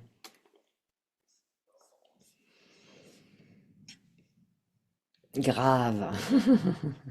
Souhaite. Et le dernier, les sublimateurs. Alors, les sublimateurs, vous êtes là pour sublimer votre vie et sublimer la vie. Et vous allez accompagner les gens justement à se sublimer, hein. C'est comme si la plante, elle est arrivée à maturité, mais il faut la rendre encore plus belle. Il faut qu'elle ait des couleurs encore plus flash, etc. Donc votre rôle, vous, c'est de transformer, de sublimer, transformer comme les érudits, mais d'une autre manière, c'est transformer plus en donnant à votre client la capacité à se mettre en position méta, à prendre du recul. Vous allez amener du sens, vous allez amener une capacité, ouais, de prendre conscience de son passé, prendre conscience de sa vie, prendre conscience des endroits qui ont besoin d'être améliorés, des endroits qui ont besoin d'être transformés, des endroits qui ont besoin d'être sublimés. Vous allez reconnecter les gens à leurs désirs profonds aussi, parce que cette roue, elle tourne, hein, le mandala, il tourne. Donc, dans le quartier suivant, il faut rallumer la flamme. Donc, pour allumer la flamme, eh ben, avant, il faut prendre conscience de notre désir profond. Vous allez pouvoir leur partager vos expériences de transformation, puisque c'est votre quartier. Vous avez passé par les phases de mort et de renaissance. Vous avez passé par ces phases de transformation. Vous savez ce que c'est. Donc, vous allez pouvoir les connecter à ça, les reconnecter à leurs idéaux, les reconnecter à leurs désirs profonds, les reconnecter à cette capacité de s'autonomiser, de, de, de faire de sa vie un art de vivre. Voilà, c'est vraiment ça le quartier des sublimateurs, c'est faire de sa vie un art de vivre. Et les gens, ils vont venir vers vous par rapport à votre quartier. Les gens, ils vont venir vers vous parce que vous êtes bon, parce que vous êtes un fraternel et que vous êtes bon dans les aider à reconstruire leur structure, parce que vous êtes un facilitateur et que vous êtes bon à les reconnecter à leurs émotions, parce que vous êtes un sublimateur et que vous êtes bon à les aider à prendre du recul et à célébrer les bons moments de la vie, à célébrer même les mauvais moments pour en tirer des leçons du passé et donner du sens à ce passé pour arrêter d'être écorché, pour arrêter d'être dans des regrets, pour arrêter d'être dans des remords, mais au contraire pour justement reprendre confiance, arrêter de culpabiliser et voir que toutes nos expériences de vie, elles avaient du sens et que c'est pas la peine de rester bloqué dedans en fait. Euh, voilà. Donc ça c'est pour les sublimateurs et partagez vos expériences, amener les gens vraiment à se mettre en position méta. Ça va les aider justement à, j'aurais envie de dire, guérir des expériences qui n'ont pas été faciles, qui ont été compliquées et de les aider justement à transformer ça. Comment ça résonne les sublimateurs? Ok, le mandala, il tourne, enfin le soleil, hein, ou le chemin, il tourne comme ça. On a chacun de nous, on s'accomplit dans un quartier. Bien entendu, on a d'autres points d'appui, et c'est pour ça qu'il faut aller voir son mandala complet. On a d'autres points d'appui, mais l'endroit où il y a notre soleil, c'est l'endroit où on rayonne. Donc c'est l'endroit où on est un rayonnement pour les autres. Et vos clients, ils viennent parce que vous rayonnez à un endroit et c'est ça qu'ils viennent chercher chez vous. Donc oui, vous restez dans votre quartier, vous tournez pas comme le soleil, sinon vous avez la tête qui tourne. Voilà, des- c'est pas, c'est une petite touche, hein, mais je pense que ça peut vous apporter déjà énormément sur vos spécificités d'accompagnement, sur les endroits où vous pouvez aller vraiment prendre des points d'appui. 100%, ok. Donc, je suis très en retard. Le design humain, c'est ma vision, est incontournable aujourd'hui dans la pratique du coaching, de l'accompagnement. Euh, et pour vous, il va vous permettre un gain de temps, une efficacité. En deux temps, trois mouvements, vous avez cerné plein de choses sur votre client et vous pouvez l'aider, le soutenir à ces endroits-là. C'est un vrai atout différenciant aujourd'hui, je pense, sur le marché du développement perso, parce que il y a énormément de choses dans ce monde-là, même sur le marché de l'accompagnement des entreprises. Le design humain prend une ampleur absolument incroyable. Donc c'est une vraie carte supplémentaire de mon point de vue. Ça vous permet de faire un coaching personnalisé. Moi, j'aime bien cette notion de coaching personnalisé parce que j'aime pas faire deux fois la même chose. Donc, j'aime bien changer mes process. J'aime bien justement me dire, bah voilà, lui, il est comme ça, donc je vais l'accompagner. On va aller recréer un nouveau processus par rapport à sa manière d'être. Ça met, j'aime pas les routines. Donc voilà, ça met quelque chose de beaucoup plus créatif. Pour votre client, ça va lui permettre une transformation durable parce que vous lui donnez des clés pour faire ses choix, vous lui donnez des clés pour se transformer, vous lui donnez des clés pour être autonome, vous lui donnez de la légitimité, vous l'aidez à grandir en confiance et bien entendu, vous pouvez faire un coaching aligné sur votre singularité. Et donc d'être encore meilleur, puisque si vous allez appuyer sur vos talents et sur, j'aurais envie de dire, votre marque de fabrique, eh ben vous allez être encore meilleur, encore plus percutant. Moi, je suis dans le quartier des érudits. Demandez-moi de faire un coaching à la fraternelle, je ne saurais pas faire, soyons clairs. Donc vous allez pouvoir utiliser votre génie pour pouvoir justement être encore plus efficace. Donc voilà tout ce que le design humain peut apporter en résumé, parce que on n'a pas beaucoup de temps. Et donc j'en profite pour présenter les formations qui peuvent vous permettre justement de développer, enfin d'utiliser le design humain.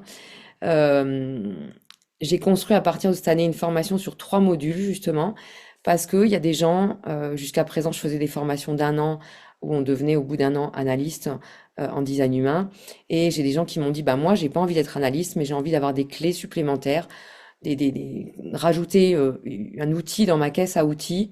J'ai pas envie de faire des lectures complètes, des restitutions complètes. J'ai juste envie de pouvoir aller piocher à droite à gauche dans le design humain des choses qui peuvent m'aider justement à définir les besoins de mon client, à définir sa mission de vie, à définir ses points de vulnérabilité, à définir ses valeurs. Voilà. Et donc c'est pour ça que j'ai créé cette formation HDI Coach qui est sur 5 jours et qui permet justement à ceux qui veulent juste des clés mais pas se former totalement, justement à avoir des pépites, mais pas à lire de bout en bout un schéma. Donc ça passe par trois étapes. La première étape, c'est le basique du basique que tout le monde connaît, c'est vivre son design. Donc HDI Initiation, vivre son design. Euh, je vous ai mis des petites coches pour vous montrer ce qu'on voit par rapport à toutes les données qu'on a vues sur un schéma tout à l'heure. Ça vous permet de voir les infos que vous avez dans cette formation-là. On voit le type, la signature, les définitions, les autorités, la stratégie, le thème du non-soi. C'est la formation de base. Elle est valable pour toute personne qui veut accompagner. Elle est valable pour toute personne qui veut mieux vivre sa vie. C'est pour ça qu'elle s'appelle Vivre son design. Qui veut mieux être aligné, être plus épanoui, etc. Euh, Moi, je dis souvent, quand vous achetez un four ou une machine à laver, vous avez le mode d'emploi, guide de dépannage, précaution d'emploi. En fait, la seule bestiole pour qui il n'y a pas ce mode d'emploi, c'est nous, les êtres humains, alors que c'est nous qu'en aurions le plus besoin. Donc, on donne cette importance à tout objet qu'on achète, alors qu'on devrait tous avoir à notre naissance ce mode d'emploi pour pouvoir justement bien s'utiliser. Cette formation est disponible en e-learning et elle est disponible en présentiel. Je vais aller vite pour vous laisser de la place pour les questions, mais encore une fois, vous rejoignez le groupe WhatsApp, je répondrai à toutes vos questions après. On peut vous proposer, s'il y en a qui ont envie de rejoindre la formation HDI Coach, et vu que c'est un prérequis, on peut, on est capable de dégainer avec Alexandra une formation soit ce week-end, soit le week-end prochain. Donc n'hésitez pas à nous contacter. Voilà, on a tout prévu. Euh, pour ceux qui n'aiment pas le e-learning, hein, il y a des avantages dans les deux formations. Voilà. La formation HDI Coach, ben, on va aller regarder les canaux. On va aller regarder les groupes de canaux, les types de canaux. On n'ira pas voir les canaux en détail, mais je vais vous apprendre comment justement avoir plein d'informations sur un canal sans avoir besoin d'apprendre des choses par cœur. On va aller regarder les lignes pour pouvoir commencer à jouer avec les profils, avec les besoins, avec les valeurs. On va aller regarder les 4 quartiers, les 16 archétypes. On va aller regarder les variables et on va faire la synthèse de tout ça, pratiquer, voir comment on peut utiliser ça dans la vraie vie au quotidien avec nos clients. Dans mes formations, il y a beaucoup de pratique. Je suis une, une partisane de la pratique, je vous ai dit. Et dans la formation HDI Coach, eh ben, on continue ça, mais on y va beaucoup plus approfondi. On fait plus de pratique. Donc là, vraiment, on approfondit, on approfondit, on approfondit. On analyse, on décortique. Là, on est vraiment sur les lignes 3, 4, 5 et 6. On est en pratique continue et on est en pratique intensive sur des samedis entiers. En tout, hein, si vous faites les 3 formations, il y a quand même presque 140 heures de cours, c'est-à-dire à peu près 20 jours. C'est pas une petite formation, hein. Le but du jeu, c'est d'être analyste professionnel, donc de construire votre métier quand vous avez fini la formation et voire de commencer avant, bien entendu. La formation est faite pour que vous puissiez petit à petit commencer justement à faire des lectures à vos clients, ne pas attendre le mois de décembre pour dire ça y est, je dégaine et je commence à faire des restitutions. Non, on les fait au fur et à mesure. Et voilà. Donc, il y a ces 3 formations, il y en a d'autres, mais je ne vais pas vous en parler. Je vous en parlerai si vous en avez besoin plus tard. Ce qui est important dans les formations, comme je vous ai dit, il y a des apports théoriques. Vous avez à chaque fois des livrets PDF hein, qui sont de plus en plus beaux. Vous avez des sessions e-learning et vous avez des sessions en Zoom où on est en train de discuter, où on peut poser des questions, où on peut pratiquer. C'est important les questions, ça permet de voir si on a bien compris le truc, ça permet d'approfondir, c'est d'une richesse phénoménale. Pas de questions, pas de richesse, j'ai envie de dire. Il y a des quiz pour vérifier que vous avez bien compris. Il y a des replays de tous les cours. Il y a un espace ressources qu'on est en train de monter, d'enrichir. Il y a un groupe WhatsApp pour pouvoir justement poser vos questions. Comme je dis, moi, si j'ai une question quand j'écoute un cours et qu'il faut que j'attende 15 jours pour la poser, je suis frustrée. Donc le groupe WhatsApp, ça permet de poser ces questions au fil de l'eau. Je suis généralement assez réactive pour y répondre, sauf si vous me posez des questions la nuit. Et puis, il y a un suivi, un accompagnement. Ça, c'est quelque chose de fondamental pour moi, d'avoir des sessions individuelles s'il y a besoin, voilà, d'être capable de rajouter un cours s'il y a un truc qui n'a pas été bien compris. En tout cas, voilà, c'est une formation où moi, je m'adapte. Et comme je dis, on travaille dans la bonne humeur. On n'est pas là pour stresser. On n'est pas là pour s'ennuyer. On est là pour être dans la bonne humeur. Donc ça, c'est un point fondamental pour moi. Quelqu'un a posé la question, est-ce qu'elles sont éligibles au CPF? Non, par contre, elles sont éligibles aux fonds de formation, les OPCO, FIFPL et compagnie. Si vous êtes à votre compte, vous cotisez en permanence à des fonds de formation et on peut les utiliser en effet pour la formation HDI Coach ou HDI Analyst. Pas pour la formation HDI Initiation parce que c'est énormément de paperasse pour pas grand-chose des fois. Donc, voilà, il y a tous les contacts, hein, voilà, vous pouvez me contacter par mail, par le lien Calendly, par le groupe WhatsApp, etc., etc. Voilà, voilà. Merci infiniment à tous. Et puis, je vous laisse la place pour poser des questions si vous avez envie ou pour témoigner si vous avez envie. Avec grand plaisir. Je vous laisse la parole. Je me tais un petit peu et j'en profite pour boire un coup.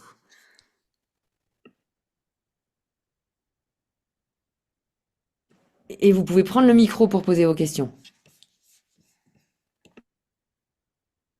Maryse, je voulais mettre ma caméra, mais je peux pas parce que l'animateur a coupé les caméras. Attends, je te la remets. Faut que je trouve comment on fait. Je vais ici. Voilà, tu dois pouvoir démarrer la vidéo, je pense. Ouais, c'est bon. Ouais, super. C'est bon, c'est bon.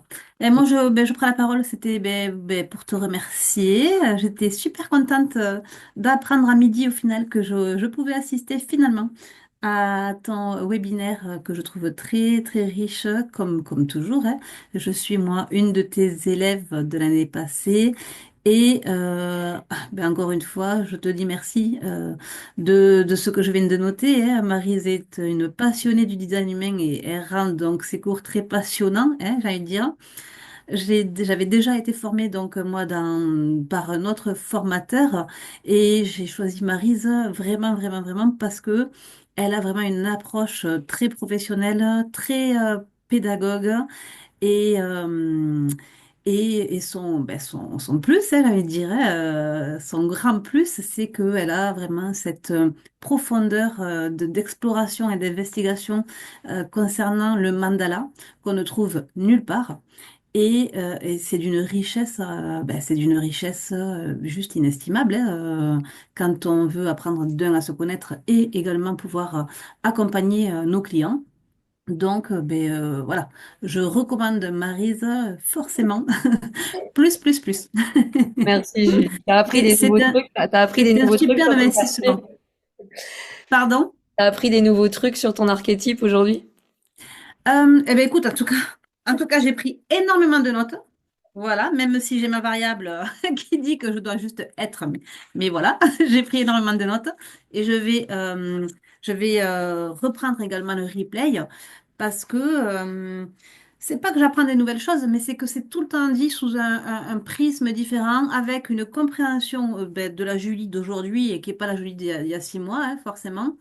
Et forcément, ça rajoute toujours de la compréhension, en fait, Ouais, évidemment. ça c'est un point fondamental, la répétition. La Mm, mm. répétition, et c'est le découpage en 3 niveaux de formation est très intéressant pour ça aussi, parce que il y a des choses qu'on va voir dans HDI Coach, je vais les dire une fois, et on va les redire dans HDI Analyst, et voilà, l'apprentissage passe par la répétition et la pratique, hein. Ah ben ça c'est sûr. C'est sûr Euh, que écouter une vidéo YouTube ou juste lire un livre, on connaît pas le design humain, hein, on est ouais, d'accord, hein. c'est la même chose. Ouais. Comme tu, Merci tu, tu seras la infiniment. première à dire que quand on tombe dans la marmite, même au bout de 15 ans, on en apprend encore tous les jours, quoi. C'est clair. Voilà. Merci beaucoup, Julie. Merci à toi. Ouais, comme l'éducation, c'est la répétition. En français, c'est ça, c'est pour ça qu'on répète. Florence, tu as une question. Oui, j'ai une question. Moi, j'ai une question très pragmatique. Bon, d'abord, merci pour cette richesse. Et comme il y avait quelqu'un qui le commentait, je veux dire, ça fait plusieurs années maintenant que je suis dans le design humain. Et la fraîcheur et le... Enfin, moi, les archétypes, ça m'a tout de suite parlé. La roue, ça m'a... Enfin, voilà, c'est juste génial. Je suis coach en entreprise principalement. Et moi, ma question très pragmatique, c'est à quel moment est-ce que je demande la date et l'heure de naissance? D'emblée. Bonjour, je m'appelle Florence. Je peux avoir votre date de naissance et votre heure de naissance, s'il vous plaît, merci. Non, mais alors là, c'est un vrai sujet. Moi, j'ai passé des années de ma vie à essayer de prouver la valeur scientifique du design humain pour l'emmener en entreprise. J'ai étudié la génétique, j'ai étudié plein de choses, voilà, l'astrophysique en me disant je veux arriver avec des preuves. Ça sert à rien. Non, non, c'est la conviction en fait que cet outil, voilà, c'est moi, je peux vous apporter quelque chose. Moi, les dirigeants avec qui je bosse, j'ai jamais eu besoin de leur expliquer pourquoi. D'accord. C'est d'autres coachs qui vont leur dire bon là, on peut plus rien pour toi, il va falloir que tu ailles voir Maryse. Et donc voilà, donne tes données de naissance. Ça passe comme une lettre à la poste. Même pour les recrutements, Ok. les gens qui sont, voilà, est-ce que on va vous faire faire un processus spécifique, voilà, on Ouais, a une date de naissance. Non, à partir du moment où toi, t'es droite à l'intérieur, t'as plus besoin de justifier quoi que ce soit en fait. d'accord. Oui, ça, je m'en doute bien. Et alors, comment est-ce qu'on fait? Parce que j'ai... Ça, c'est vraiment ceux qui n'ont pas accès à leur heure de naissance. Alors quand t'as pas l'heure précise, ben toi tu vas regarder un peu avant, un peu après. S'il y a des changements, ben C'est ça. t'es obligé de Parce que questionner. je le fais au pendule, mais bon, Ben Ouais, voilà, alors ça. moi j'aime bien discuter avec les gens. Moi j'ai un ami, hein, il sait pas du tout s'il est né le matin ou l'après-midi. Donc la première fois que je lui ai fait son design, bah, j'ai dit que ce qui était commun entre, tu vois, je regarde C'est ça. à 0h01, je regarde à 6h, à midi, et donc je lui ai dit que ce qui était commun à tous les schémas. Et ensuite, plus j'ai discuté avec lui, machin, un jour je lui ai dit, ah non mais ça y est, je sais en fait. Donc je sais pas à quelle heure exactement il est né, mais je sais qu'il est de l'après-midi parce que sa mission de vie, j'en suis persuadée maintenant. Mais il m'aura fallu, voilà, des heures et des heures d'échange et à un moment donné, et puis des heures des heures, non, des mois de creusage du design humain pour à un moment donné me dire, bah ouais, non mais ça, c'est sûr, c'est un phénix Mm. dormant, je le sais, donc voilà. Donc on va pouvoir affiner, quoi. Et Ok. en tout cas, il faut jamais prendre de risque à dire des choses dont vous n'êtes pas sûr. Ça, c'est fondamental, quoi. Oui, non, non, ça Voilà. c'est sûr. Ok, ça va, ben merci. Et alors, merci surtout pour le bouquin, parce que moi je l'ai dévoré, donc j'attends le tome 2, hein. Merci, Florence. Merci beaucoup. Il y Et a une l'autre autre Florence Florence. qui veut prendre la suite. D'ailleurs, c'est drôle, on a échangé en privé avec l'autre Florence que je ne connais pas, et on a Ah, la même génial. croix d'incarnation. C'est très drôle. Euh, c'est drôle, hein, c'est bon, bref. Donc Incroyable. moi, ça résonne un petit peu. Je te remercie, Marie, c'était super. Et ce que tu as dit par rapport aux façons de coacher, donc c'est très drôle. Ça résonne avec ce que j'ai fait ce matin. Ce Ok. matin, je coachais quelqu'un. Et j'ai un petit peu, je lui demandais beaucoup d'autorisation parce que c'est quelqu'un qui vit quelque chose de difficile. Mais je lui ai dit que j'étais une coach plutôt dynamique, je montre tout le temps des schémas, je vais sortir des trucs, je vais chercher dans ma boîte à outils l'outil qui va faire un impact. Et effectivement, bah, mon souci, enfin, mon envie, c'est de révéler les gens et de les aider à se transformer, lever les croyances, c'est aussi ce que j'ai fait ce matin. Enfin, je me suis beaucoup retrouvée et ça résonne vraiment. Je te dis, 2 heures avant, j'étais en coaching en train de dire ça et de vérifier que comme je suis moins cocooning, moins, comment tu as dit, par rapport c'est les facilitateurs C'est ou les fraternel, je pense. fraternels? Ouais. Les fraternels, mais par rapport aux fraternels, voilà, que là, je savais pas de quel coaching il avait besoin, mais en fait, il m'a dit, mais non, mais c'est ça dont j'ai besoin. C'est ok, me redemande pas sans arrêt. C'est bon, tu peux y aller. Vas-y, dis-moi les trucs cash. Et j'ai dit, oui, mais voilà, bon, bref. Donc ça, voilà, je voulais te le Ah, génial, partager. génial. Et par rapport à ce que disait Florence, moi aussi, mon souci, puisque je fais des bilans de compétences aussi, c'est des fois de demander les dates de naissance. Mais maintenant, j'y vais, puisqu'on doit expérimenter, hein, puisque je suis en formation avec toi. Euh, alors, pas à tout le monde. J'attends. Il y a des gens avec qui, première séance, je peux le faire, parce que je sens l'ouverture. Ça passe bien. Et moi qui suis une scientifique et qui ai toujours besoin, effectivement, je te dis, pour moi, c'est pas scientifique, mais c'est pas grave. Mais c'est pas, je sais qu'on n'a pas le même point de vue, mais ça passe bien. Et l'essentiel, c'est que ça fasse écho à ce qui est en train de se passer. Par exemple, là, bah, ce matin, il a un 18,58, le monsieur que je coach. Et bon, moi, il me gratte, hein, celui-là, hein, donc, euh, voilà, je les reconnais tout de suite. Et j'en ai beaucoup, j'en ai beaucoup. Mais en fait, du coup, je leur apporte des choses. Voilà. Donc, je vais pas tout dire, mais reparler de pourquoi il a besoin de voir ce qui va pas, en quoi c'est une qualité, etc. Et alors, j'ai pas regardé la croix là, mais bah, Ouais, déjà, ça on a te déjà donne plein de énormément petits d'infos, éléments. hein. Mm. On a déjà plein de petits éléments. Donc, je te remercie. Merci beaucoup, Avec Marie. plaisir. Merci, Florence. Est-ce qu'il y a des questions? J'ai pas vu le chat.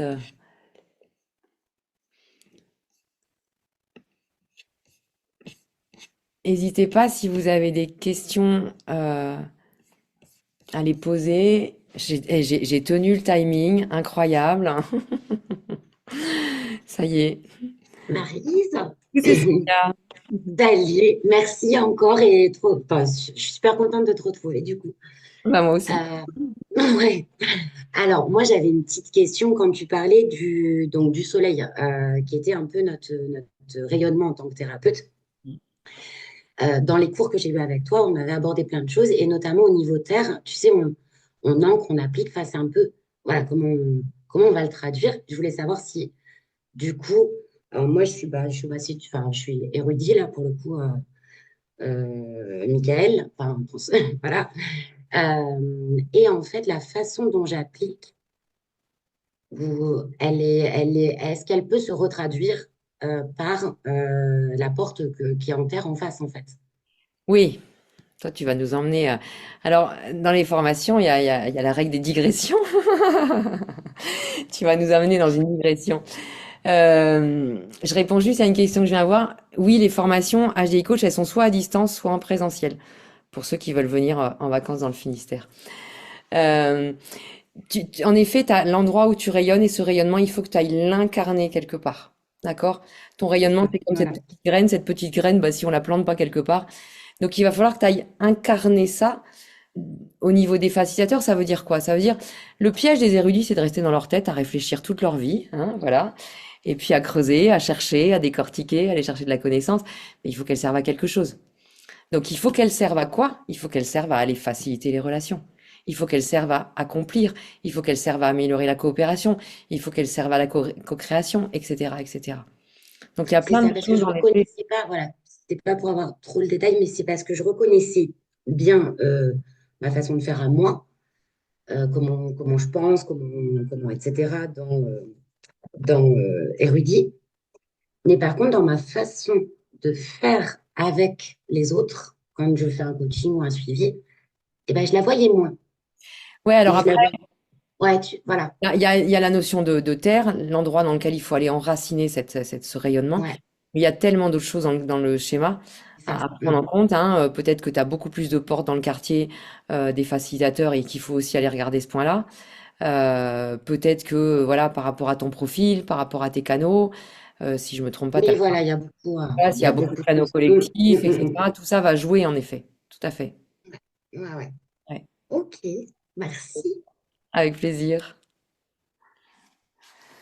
Alors, je pense que j'ai répondu aux questions qui étaient dans le chat. Merci pour vos merci. Merci infiniment à tous. Et puis, euh, et puis, n'hésitez pas, je vous le redis, si vous avez des questions, vous les mettez dans le groupe WhatsApp et puis j'y répondrai avec grand plaisir. Je vous souhaite une belle journée et puis merci.